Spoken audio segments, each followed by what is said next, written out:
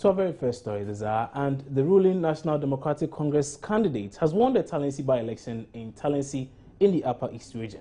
BT Baba will now replace Robert Mozori, who resigned to take up the role of a chief.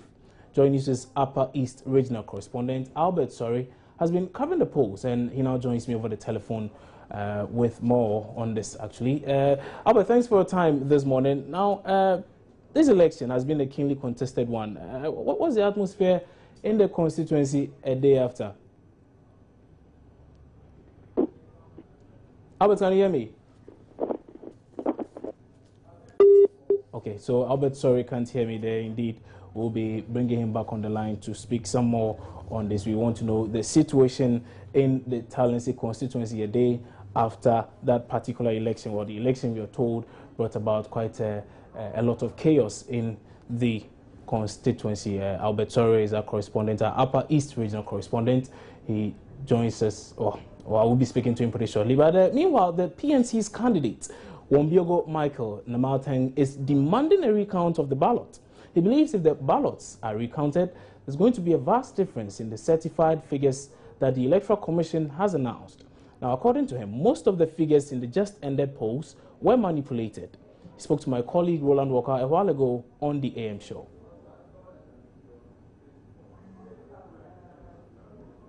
The results declared, particularly in some of the main sections of the constituency, were not the true results. They were doctored before the declaration. And I want to believe that even the results are recounted ballot by ballot box, there will be a difference. I am not saying that I should have been the winner, but I think that there should have been a fairer result than we have now. Especially on the subject of the results, polling station by polling station, did you have your agent also in those polling stations, and what numbers were they giving you that is at variance with what by the constituency was collated and approved? You see, having agents and then not having agents, sometimes there's no difference. Because these people managed to infiltrate my agent's camp, and how they did it. I don't get you. You were saying that your agents were working against you? No, not exactly. I am saying that they might have done something else within the polling station. Look, you see, maybe it is declared that this person has had 10 votes, and it is not only 10. It is not 10 that is written on the paper. And some, to be very frank with you, some of them were too young. They were the youth, and the kind of intimidation that took place in the constituency. Your correspondent just gave you the details. During the time of elections, the agents complained several times of intimidation, complained several times of biases, and even look, there were some people who were not agents, they were not EC members, but they were found in the center of the election area and directing people how to vote. And that is what I'm telling you. I am telling you that, look, to be very frank with you, those results that we have there, if not because of some few individuals, I mean, they would have even been worse than the way they are. Well, Ohene Ntow, a former General Secretary of the NPP, says the violent clashes in the Talensi by-elections are unfortunate. Now, speaking to Joy News correspondent Joseph Opoku-Gakpo, the former General Secretary called on the police to act professionally in dealing with the perpetrators. I do not think that by-election of just one constituency demands that there should be machetes and guns and axes flying around anywhere. I think it is unfortunate, but more importantly, I think that if indeed these things have happened, the law enforcement agencies must show professionalism and non-partisanship and deal with such developments so that people may not have the incentive to repeat such very negative practices. I don't think it is good for our democracy. I think we have come so far. We should rather present ourselves as a good example, not as a bad example. Well, we are getting reports of arrests following the violence that occurred in Talensi during voting in the by-election yesterday. Now, speaking earlier on Joe FM, the district chief executive of the area, Kwabena Owusu, said the police had picked up some suspects who instigated the violence and issued threats to party executives.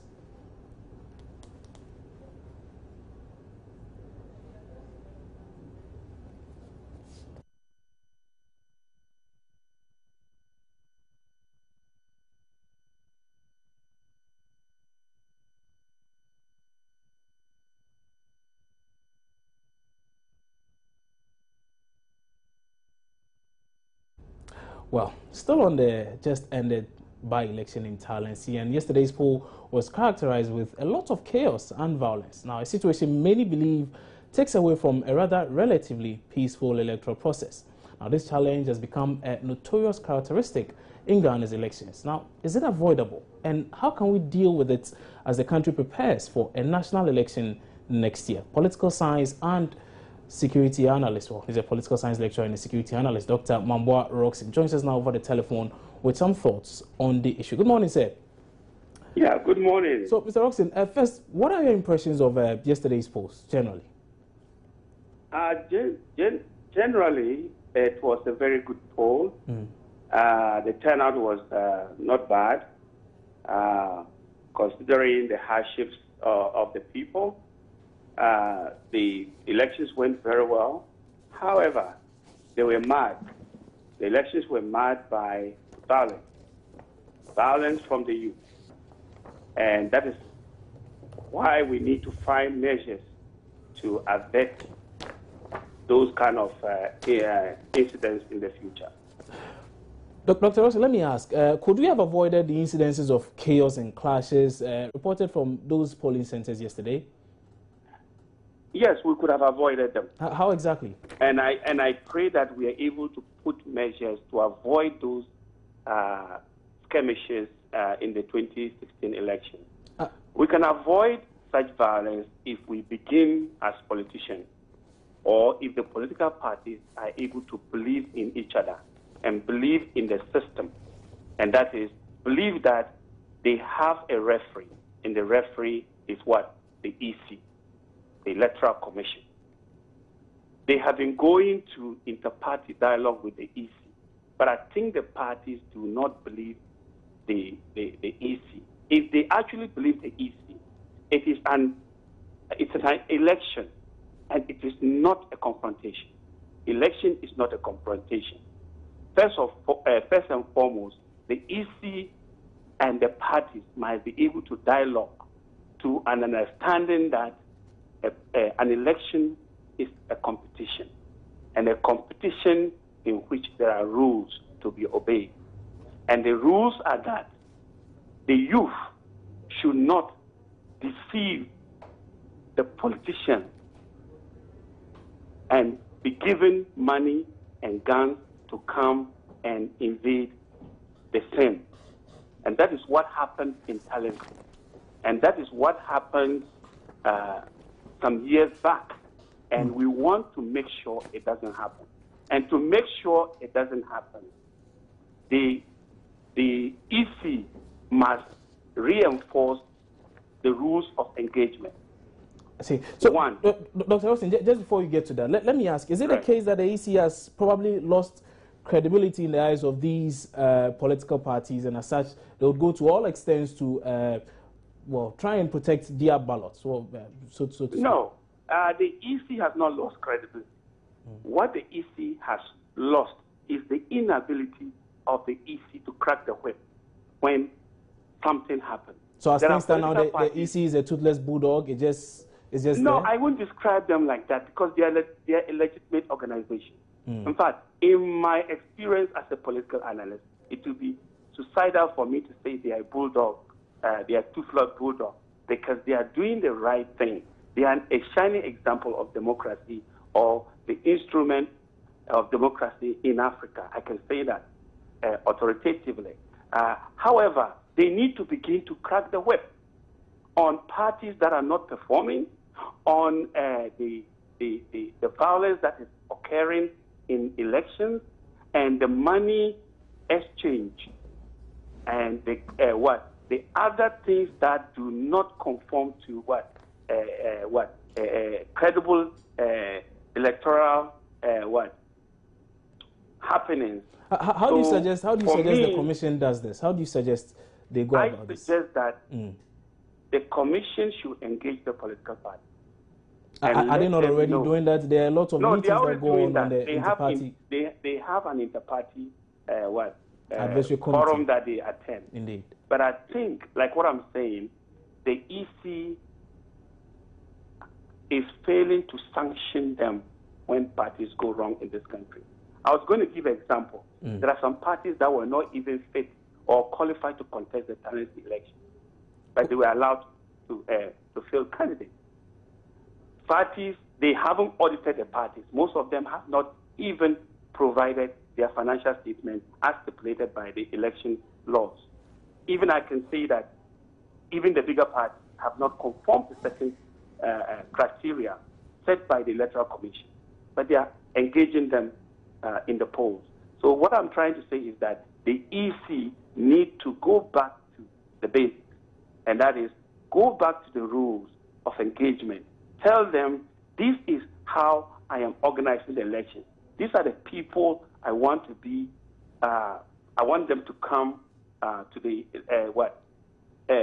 to supervise. I do not want young people in buses to the area. I do not want you to engage or to share money when you are, because I will investigate and I will sanction you.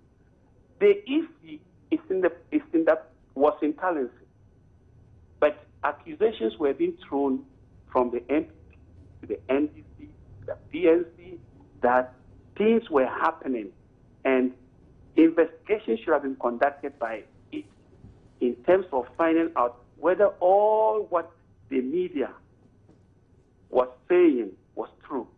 And if that was true, how could the EC crack the whip? The failure of doing so is the result of what has happened in Talensi. So in essence, we can lay the blame at the doorstep of the EC. Yes. If I say the blame, I'm talking of the electoral violence we've been seeing. That where the blame, yes. The blame can be laid in front of the EC.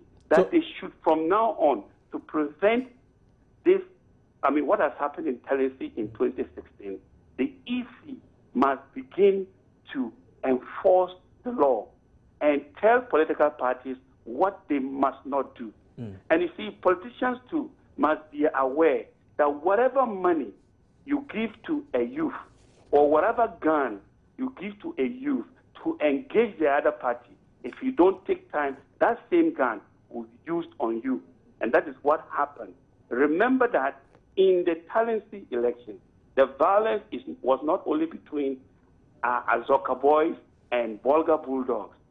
It was between Afoko faction, Akufo-Addo faction, and NDC, Azoka boys. Because I understand that some of the Bulldogs were not recognized by Sami Awuku and John Boydu of the NPP. So they became violent against their own party gurus. So the violence, if you look at it, was not just between NPP and NDP. And because of the role of politicians in trying to influence the youth, who are they? What impact do they have on the party apart from causing mayhem and violence? Why do you have to engage them, the youth? They are not political think tanks. They are not political scientists. They are not polling for you. They are not doing any good to you, but only to cause mayhem and destruction when they get there. So why do you ask them? Why do you buzz them and give them money to come there? And I'm talking of all the political parties. Why do you do that? I see. So the EC must crack the whip by saying certain rules, by setting the rules and telling the political parties that I am going to begin to investigate. And when I found you guilty or when you are accused of a crime, I'm going to investigate and then sanction you as the authority of elections in Ghana. Finally, before you go, how much of a problem can this pose to the 2016 general election? Should the EC fail to adhere to? they will pose a serious threat. What has happened in Talensi, we need to sit down as Ghanaians, not just say we are leaving it to the East. We need to engage the East. And I entrust this to the media, because the media was on the spot, reported it accurately. But there were so many exaggerations. And the media must look at these exaggerations. For example, Freddie Blaze said he dodged 12 bullets. Oh no, this guy, Gabi Asare, told Joy News that he was fired 12. I mean, who can fire you 12 without one hitting you? You know, how can they fire 12 at you? You know, what have you done to the extent of somebody firing 12 bullets at you? It means you might have said something that provokes that growth. So we must also watch the way exaggerations are made about things that have not happened. I see. We must tell the truth.